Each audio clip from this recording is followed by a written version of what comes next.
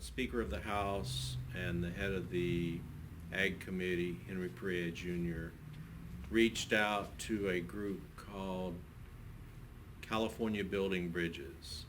They do what's called people-to-people programs, cultural exchange, depending on how you want to label it. They got together a group of members of the Assembly who were interested in going to Cuba, trying to understand better what the markets looked like there, what the state of the economy was in Cuba, and just in general follow up on what was a historic move by the Obama administration to try to loosen the relationships to become more normal with Cuba after 50 years of embargo. They assembled a group of about 30 people made up primarily of members of the Assembly, but there were also agricultural leaders from the stone fruit industry, from the organic industry. There were agribusiness interests involved. There were almond growers. I got on the trip as a result of an invitation for President Castro. He was unable to do it due to scheduling conflicts and reached out to me. I had worked at the United Nations Food and Ag Organization in the mid-90s and had visited Cuba working with their citrus industry, so I had experience in it and welcomed the opportunity to go on his behalf. We were there about 5 days altogether, and the program was set up as a cultural exchange type of program. So what that means is in the mornings we would have formal symposiums with information provided by representatives of the Cuban government. We had speakers that talked about the general economic conditions. We had speakers that talked about the business climate. We had speakers that talked about trade in general, the politics of Cuba and U.S. So it was a real robust set of very informative meetings in the mornings. And in the afternoons, we would go around and see cultural things. We did have the opportunity to go out and visit a type of farming that they're trying to promote, which was about maybe 8 acres. They supply fruits and vegetables to local restaurants, which is one of the type of private enterprises that the government has allowed to develop and has encouraged, or private restaurants that are generally in people's homes, and as a result there's a need for people to supply those restaurants with high quality vegetables and what have you for the preparation. In addition, they have these sorts of farms all around, and they're allowed to sell the product of those farms in open markets. There's 2 types of markets in Cuba. There's the ration market. Everybody there gets a ration for what's supposed to be a monthly dietary equivalent. That's free. They can go into the stores and purchase what's there. If they have additional dollars, or rather additional Cuban currency, they can go in and purchase stuff from these private stores. So it's a very slow transition from a public to private market sector. It's definitely energetic in terms of the move toward a more open market concept, but it's constrained and within the system that rules the island in general.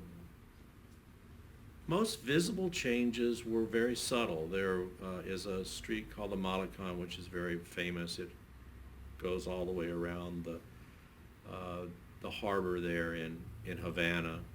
And I can remember being there the first time and noticing all the old buildings and what great architecture they had, although it was in disrepair. What I saw this time was that same area an attempt has been made to revitalize it in terms of some structures have been torn down and reconstituted, others have been repaired. So there's some visible areas of improvement, but I'd say for the most part not a lot has changed, at least not in terms of the physical infrastructure, which of course will be the key to allowing it to develop more if and when additional visitors from the U.S. are allowed to come.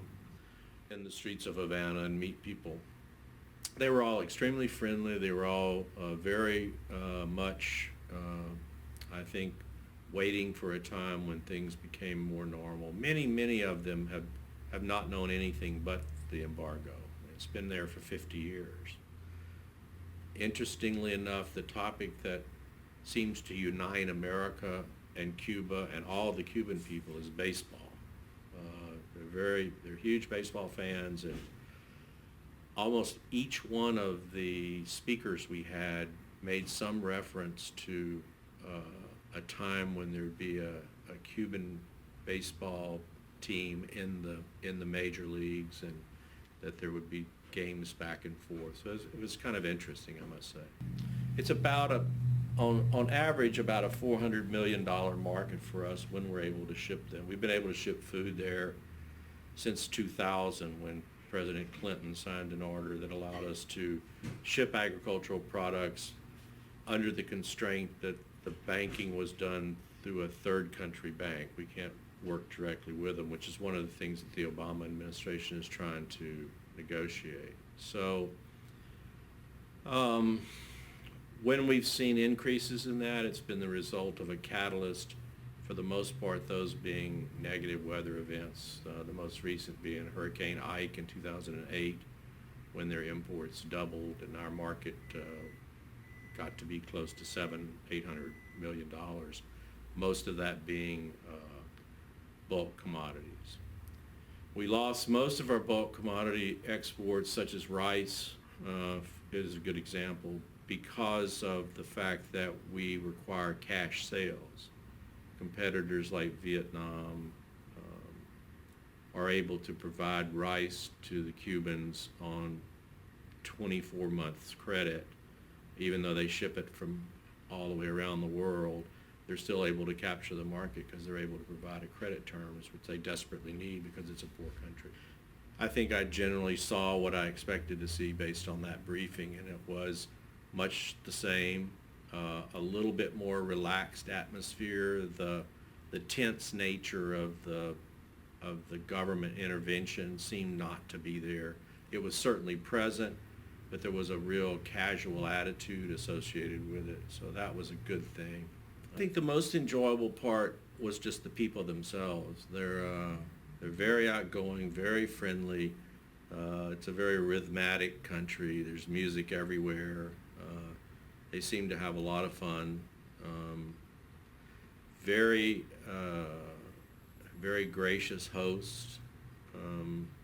Of course, everyone thinks about the old cars, and they're there for sure.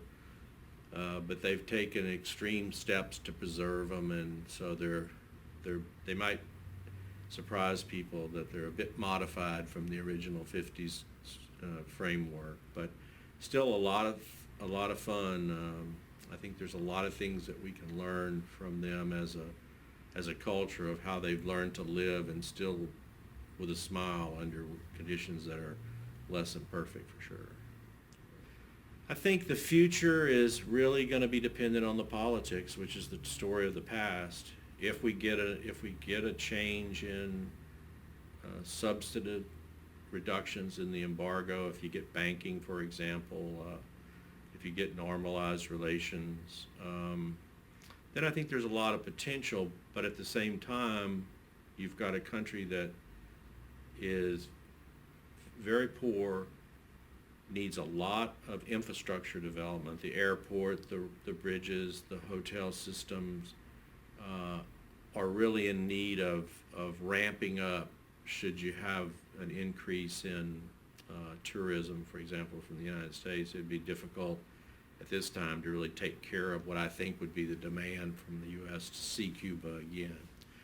So my tale is one of cautious optimism about the potential for it. In terms of California's market, clearly we have products like tree nuts and alike that are in demand all over the world, and certainly they'd be in demand in a more healthy economy in Cuba.